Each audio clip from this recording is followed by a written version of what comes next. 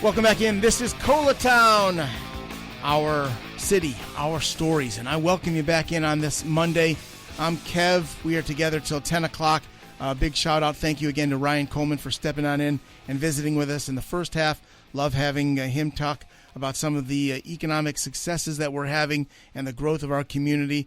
But with growth comes responsibility, and with responsibility comes taking care of our city and making sure that the residents, the visitors, everybody's taken care of and kept safe. And that is where we go for our second half of the program today. We welcome back to the program from our Columbia Fire Department, Chief Chris Kip, who is here with us. Chief, it's great to see you again. Great to see you too. How you doing? Having a good summer? Yes. Yeah, but it's really good to see you. Yeah, I appreciate you being here very, very much. You've brought me some new blood. I have. Yeah, I got a newbie. Yeah, David Kempner is one of our newest firefighters, and he's... Hey, how's it going? I'm happy you're here, David. Much appreciated. Thanks for having me. Yeah, welcome and congratulations on joining the fire department and being part of the family with the Columbia Fire. It's awesome to see new guys coming on in here. I was teasing, as you were here, obviously, Chris, but I was teasing, firefighter Kempner a little bit about being a probie and new guy and this and that, and just kind of having some fun with that. I'm sure that he gets it from people that he actually has to worry about. But with me, I want to reiterate something that I've told you before, but I want all of our point listeners here to remind and just be reminded of. These are phenomenal human beings. These are remarkable men and women that serve our community and take care of our community and step forward to put their lives on the line to protect us and help us. And when guys like me are running around scattering away from danger, you guys are running into danger. And I mean this from the bottom of my heart, guys. I love you guys, and I appreciate you guys, and I respect the heck out of you guys for what you do, and I thank you from my heart for your commitment to our community. Thank you. I really appreciate you saying that. Absolutely. I mean it. Really do. I mean it so sincerely. Chief, let's start with you for folks. You've been on with me before here on Colatown, but I want to make sure that we give you a chance to tell your story a little bit about. Before you got all that shiny stuff on you and became bigwig, you got your fingernails pretty dirty every day too, and still willing to do whatever it takes to keep people safe in this community. And now you're showing guys like David the ropes a little bit more. Take me through a little bit of your career and how you got to where you are. Well, I appreciate you asking. And you said something really important earlier. You said you're talking about the city's growth and responsibility, and that's really what the fire department is. We take our responsibility for protecting the city, protecting the people in the city very seriously. For me, it started 30 years ago. 30 years ago, actually, Dave and I were talking about getting out of college and trying out different jobs, and it was not the thing for me. And I saw a sign for volunteer firefighters needed, and so 30 years ago, I started as a volunteer firefighter, volunteered for 2 years, and now finishing up my 28th year as a career firefighter, starting as a probationary firefighter just like David, and going up through the ranks. Again, I'm in awe of that. I mean that so sincerely, Chris. I really do. I'm, you've given much of your adult life to serving this community. People need to remember this, and I think most do. Certainly in this community, I think we're pretty good when it comes to our first responders and showing the proper respect. But I've never met a firefighter. I've never met a police officer. I've never met first responder that did it to get rich or to get famous. It's calling. It really is. You were looking for a path. You didn't have a path, but then you got the bug, and you figured out this was your path to helping people and serving people, and you've done that. And you've made a lifetime out of it. Yeah. In fact, when I joined, I had never had a job more than a year and a half before that. And when I joined, I thought, well, I'll do this for about 9 months. And here we are, 30 years later. 30 years later. Yeah, I fell in love with it immediately. Yeah. When you think about the things you've seen, I'm not looking for war stories so much, but what the things you've seen, it's not. This isn't a television show. This isn't something that things are solved and happy endings after 35, 40 minutes. This is real life, and you've seen the highs and the lows, and there have been some lows and some highs, and it's a hard job. But a rewarding one. Yes, exceedingly rewarding. But when you were talking, I was thinking about fires are hard. Physically challenging and incredibly difficult, but after the fire is just as hard. And when you're talking, what brought to mind was a winter day over in Earlwood, actually, where after the fire was done, We got the residents together, and there was a young boy who was probably 8, just literally shivering so much he couldn't stand still. And one of the firefighters saw that and took his coat off, his firefighting coat, and wrapped the little boy in it. And for me, that captures what it is to be a firefighter. Yeah. It's the physical challenge, it's the incredible mental challenge of solving problems, but then it's the compassion. And that's what really sets us apart. Yeah, I get it. Or I try to get it, I should say. I really try to understand and show some empathy with what you guys are trying to do. The physical side of it is obviously remarkable, because you got to be in great shape to go and put your neck on the line to do this, because it's not just you, but it's also your firefighter brothers and sisters that you're also putting yourself out there to make sure they're okay too. I mean, it's an amazing camaraderie. Yeah, that's right. And actually, I went to pick up David this morning from his firehouse. It made me so happy, speaking of camaraderie, because they were all around the breakfast table, joking and laughing. And that's really where the camaraderie, the teamwork, the unified effort starts. David, you had to make breakfast for everybody? Yeah. I had to make sure I cooked the bacon. Good this time. I might have burnt it a little bit last time. Yeah. That's okay. It still looked a little bit burnt this morning. Work in progress. That Blackstone doesn't heat perfectly around. So. Oh, is that what it is? Is that what it is? David, how old are you? How long have you been with the fire department? I'm 23. I've been with the fire department since February now. Okay. So coming on, 6, almost 7 months? Yeah. How long have you been in Columbia? For about the same time. I came up here in college a bunch. I had a bunch of friends that went to U of SC, and I came up and around, saw them a bunch of times. And then I had my college roommate, actually. He came up here because one of his friends was a firefighter up here, and he was able to drag me up here. And so where are you from originally? I'm from Long Island. Long Island. York, yeah. Okay. So, it's interesting because you come from obviously the place where we think about firefighters probably more often than not, maybe a little bit before your time, obviously, but you've obviously heard the stories with everything that happened after 9/11. And that was, I say this, and I try to pick my words carefully, Chief, because when I say that was the glory time, if you would, of people finally showing our firefighters the respect that you guys are due because of how much you went through with 9/11, and people finally got an idea of your heroics and what you were willing to do. And so we finally got that, we turned the page a little bit, I think, on people showing firefighters the due respect that you had coming. And, I realize Long Island's not Manhattan. I realize it's not the same thing, obviously, a different borough, but you were raised in an area that appreciates first responders. Yeah, absolutely. Because, look, I remember 9/11, and yeah, people did come from Long Island to go help. As soon as, it all hit the fan, firefighters came from everywhere. Oh, yeah, absolutely. To help. And firefighters came from South Carolina to go up and help clean up after 9/11 there. So, I mean, make no mistake, when you talk about a brotherhood and a camaraderie, it's I can't think of anything more than the world of firefighters. It's absolutely incredible. So what tell me your story. Where were you, David, when it came to trying to figure out what you want to do with your life and say, let me give this a try? What made you go this direction? So I went to the University of Tampa. I went there to play lacrosse, and I got a degree in economics, and I was trying to figure out what I really want to do with my life. And I was actually talking to Chief Kip about this morning, and we were talking about how I just couldn't sit behind a desk. I wanted something that felt meaningful, that I was always busy. It was always a different day on the job, something that I could have fun at, that was serious, but like I said, that could I enjoy and do stuff that was different that you don't get to do, that's not run-of-the-mill. And so firefighting was something that I really looked into, and it just sparked my interest. I saw the physical aspect of it, the mental aspect of it, and I said that looks like a career I might as well give it a shot at. Right. So was there something or someone that suggested it, or were you just like, I've got a degree, I could do this, I could do that, but you know what? As you just said, I don't want to sit behind a desk. What sparked, excuse the pun, but what sparked the firefighting? So I think for me, I was in a volunteer department when I was on Long Island. Right. And my dad had been a firefighter. He was also 9/11 responder.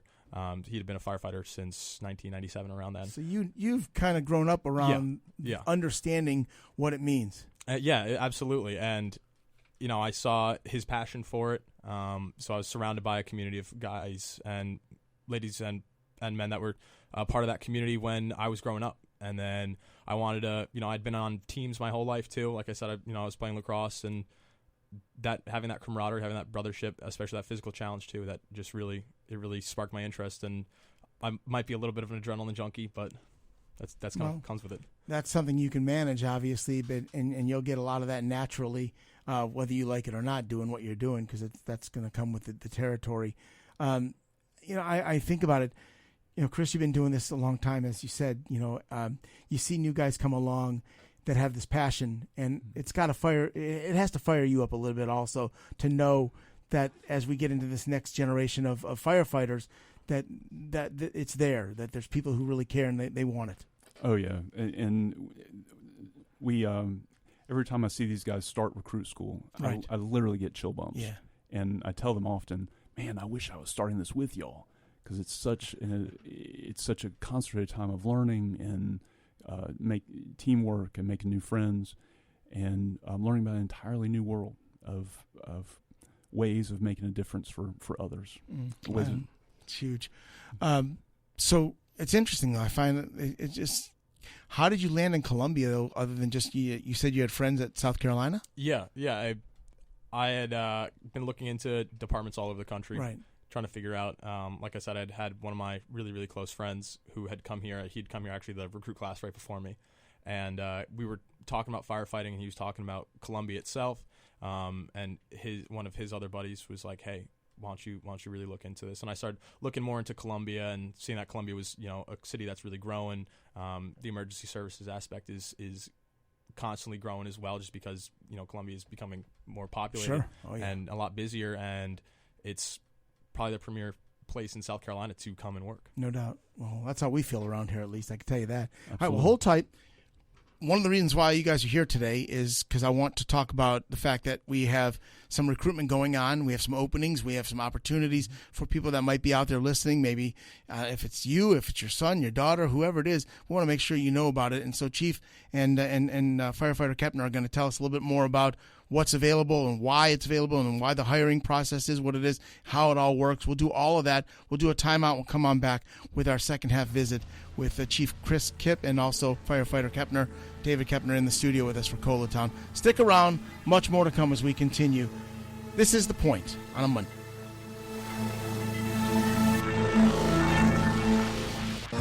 All right, we're about 13 minutes before 10 o'clock. This is The Point. This is Colatown, our city, our stories. Got a really couple of great guys in the studio with me from our Columbia Fire Department. Chief Chris Kip is here with us. He's a repeat offender of Colatown, and I'm thrilled to have you back. Welcome. Appreciate you being here. Thank you. It's great to be here.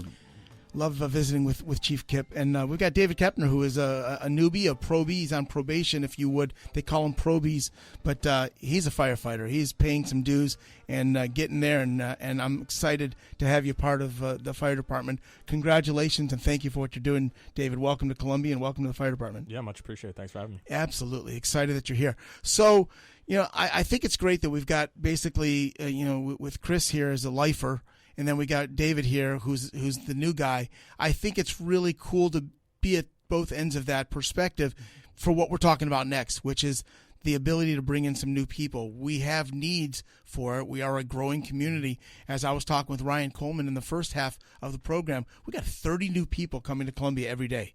Think about that math for a second. It's about 150 to 200 people almost every week are moving here to the Midlands area. This is a fast growing. We're the fastest growing state in South Carolina, and we're one of the fastest growing communities in America. So with that, as we talked about, comes the responsibility of making sure we're prepared for it. We need firefighters. We need quality individuals who want to make that commitment. Tell us a little bit, Chief, about what we're looking for. Sure, and thanks for that intro. We are looking to hire 30 new firefighters, recruit firefighters. We just started the hiring process on July 1, and applications are open through July 31. This is to work to build a recruit class that will start on February 1st, 2027. That seems like a long way away, but we take the hiring process seriously because we're looking for people who will be the leaders of the safety of our community, hopefully for the next 25 years. I hope David works here for 30 years and is wearing my shirt one day. Yeah. Well, not that one, but Not this one. Yeah. I'll get you a new one. yeah, we'll get you new threads by now. By 30 years from now, who knows? Yeah. But yeah, we would love to find the next generation of Columbia firefighter lifers, if you would, who give themselves to this community. It's not an easy job. It's not an easy job. I mean, there's tons of rewards, and you guys have some great recruitment tools that we'll talk about here. But you got to have a level of commitment. You better be serious. This is, you leave the house every day. You don't have any guarantees. None of us do, but especially when you're a firefighter, there's no guarantees you're coming home that day. And so I want to just qualify anybody out there who doesn't understand the level of seriousness that goes into being a firefighter and the level of commitment. That's why I revere you guys the way I do, because of what you're willing to put on the line every single day when you say goodbye to your loved ones and you leave the house with no guarantees of coming home. So it's serious. This is a serious job. Very much so, and we take that seriously. We try. There's two things that make a good firefighter: safety and effectiveness, and we tie those together in everything we do. And we will teach how to put up ladders, how to pull hoses, how to break open doors. What we can't teach is commitment, and we call it heart. But we are looking for 30 people who have the heart to make a difference in their community. And who want to be firefighters. Yeah. Tell me a little bit about who the ideal potential recruit is. I mean, I look at David, I see a guy who's 23. He's obviously an intelligent guy. You come from a firefighting background, but that's not a requirement by any means. But you've got heart, and that's you can coach heart. Yes, and actually, could I defer to David, because David, you're just coming out of recruit class. And you saw the kind of characteristics that succeed and the kind that don't. What do you think makes the ideal candidate? At least for the men and women that were in my class, they were go-getters. They always wanted to. They had a competitive drive to them. They had a spirit that just wouldn't back down. It was always, hey, I always want to be the best at something. I always want to succeed. I always want to challenge myself, and having that attitude where it's like, hey, it's a new day every day. Let me jump on it and see what I can do. Make the most of every day. That's what I think everyone that was successful in my class really exemplified. Not everybody makes it through.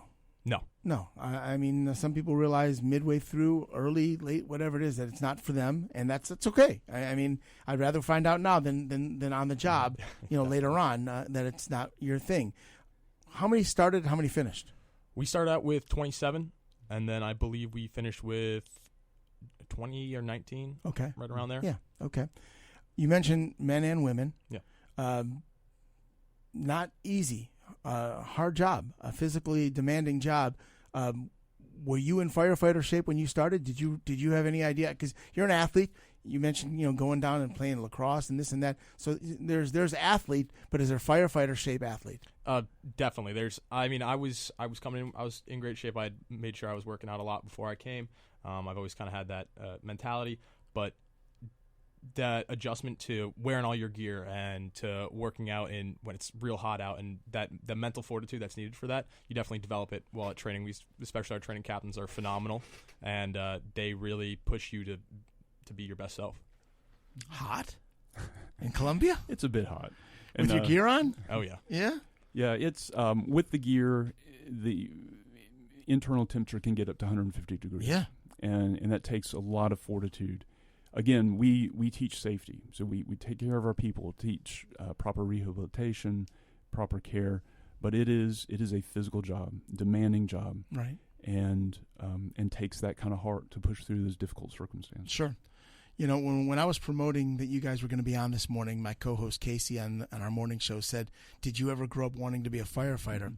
And I said, every boy wants to say that they want to do that. I said, I don't know that I ever had the courage. I don't know that I ever had